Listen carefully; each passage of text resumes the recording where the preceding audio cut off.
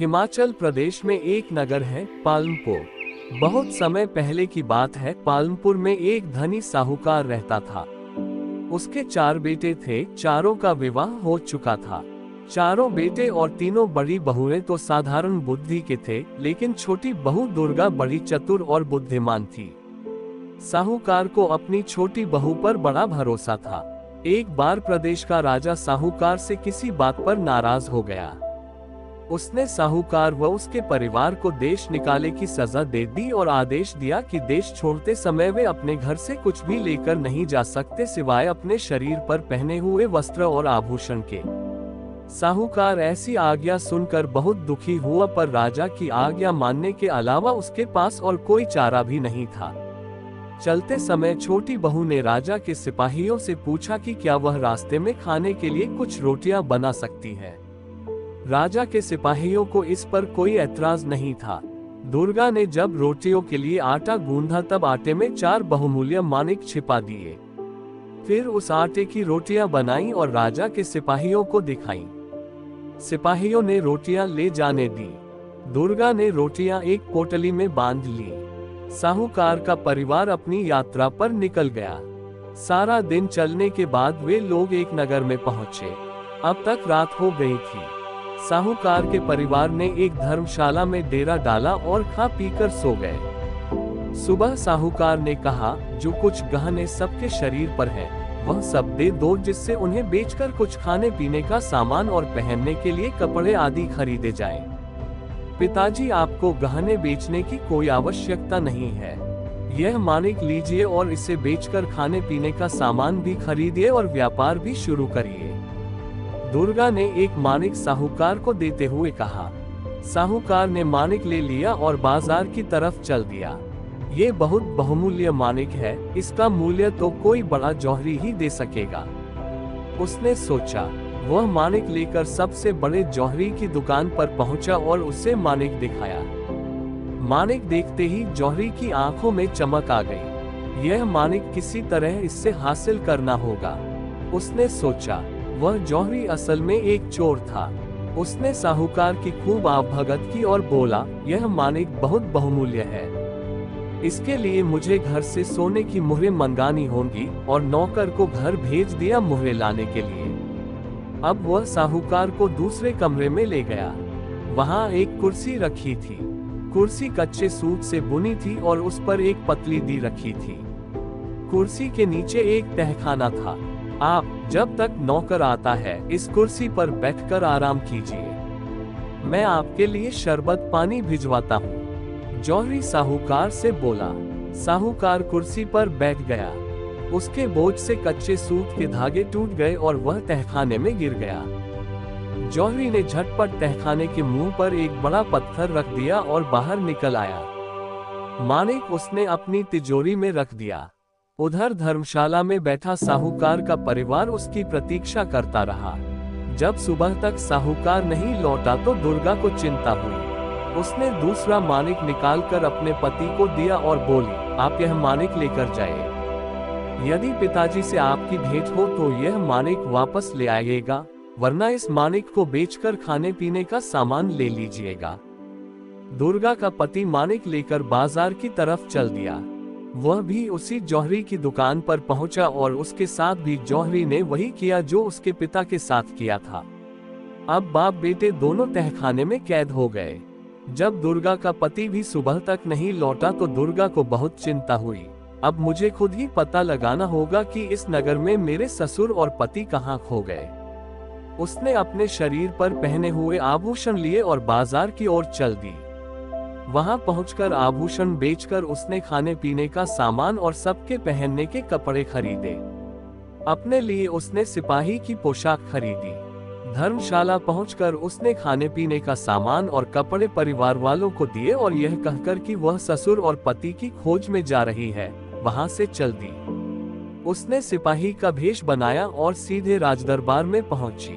उसने हाथ जोड़कर राजा से विनती की कि उसे अपने सिपाहियों में रख ले। राजा ने जब उस सुंदर युवक को देखा तो सहर्ष उसे सिपाही की नौकरी दे दी। उसे महल के चारों ओर पहरा देने का काम मिला। कुछ दिनों से महल की पशुशाला में रोज रात को एक राक्षस आकर उत्पात मचाता था। वह रोज एक पशु को मारकर खा जाता था। उसके डर के मारे कोई सिपाही उधर पहरा देने के लिए राजी नहीं होता था।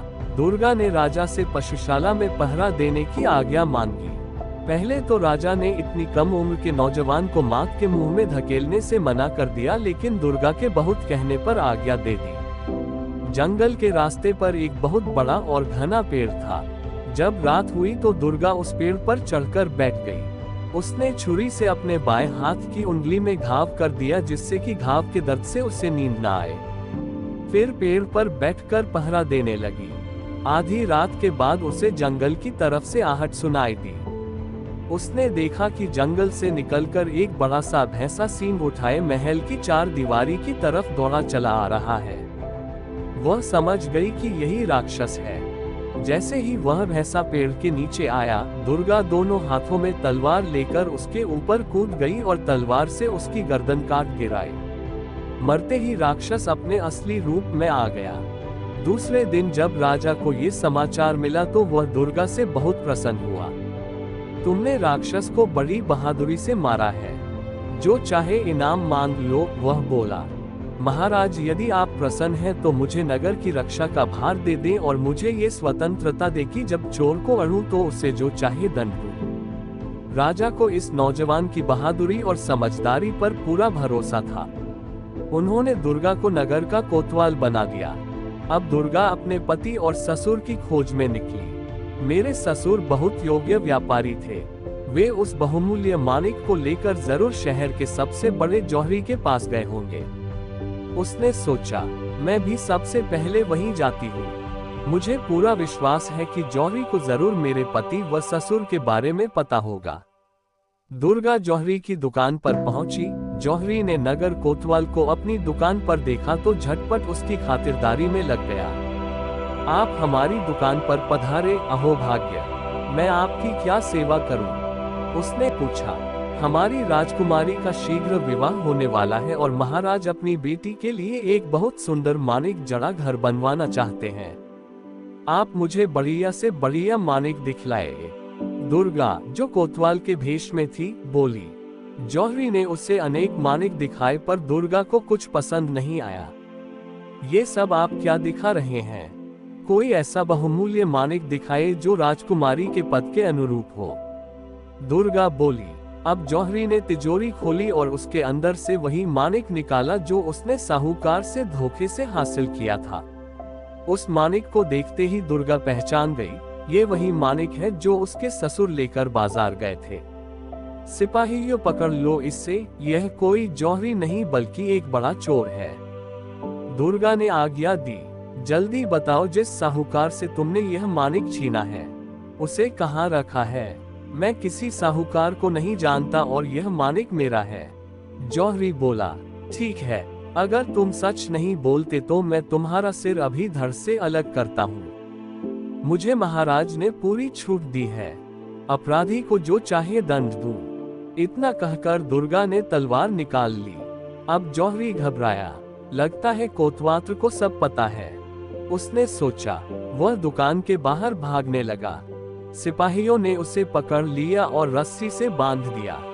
दुर्गा दुकान की तलाशी लेने लगी। दूसरे कमरे में उसे बड़ा सा पत्थर दिखाई दिया। उसने सिपाहियों से पत्थर हटाने के लिए कहा। पत्थर हटाया गया। तहखाने में साहूकार व उसका बेटा अधमरी हालत में पड़े थे। दुर्गा सबको लेकर दरबार में पहुंची और राजा को सब कुछ बताया। मेरे नगर का सबसे बड़ा जौहरी चोर है। राजा के क्रोध का ठिकाना नहीं था। उसने फौरन उसे कारागार में डलवा दिया। राजा अपने इस युवक कोतवाल की वीरता और बुद्धिमत्ता से बहुत प्रभावित हुआ। इस वीर युवक को तो मेरा दामाद होना चाहिए। उसने अपनी पुत्री के विवाह का प्रस्ताव दुर्गा के सामने रखा। महाराज, मैं ऐसा नहीं कर सकता, मुझे क्षमा करें। उसके बाद दुर्गा ने अपना सिपाही का भेष उतारा और अपने असली रूप में आ गई। फिर से बताया कि किस तरह उसने सिपाही का भेष अपने ससुर और पति का पता लगाने के लिए धारण किया था। राजा उसकी बुद्धिमत्ता पर चमत्कृत रह गया। उसने न केवल दुर्गा को क्षमा कर दिया बल्कि उसके ससुर को नगर में व्यापार करने की स्वतंत्रता भी दी।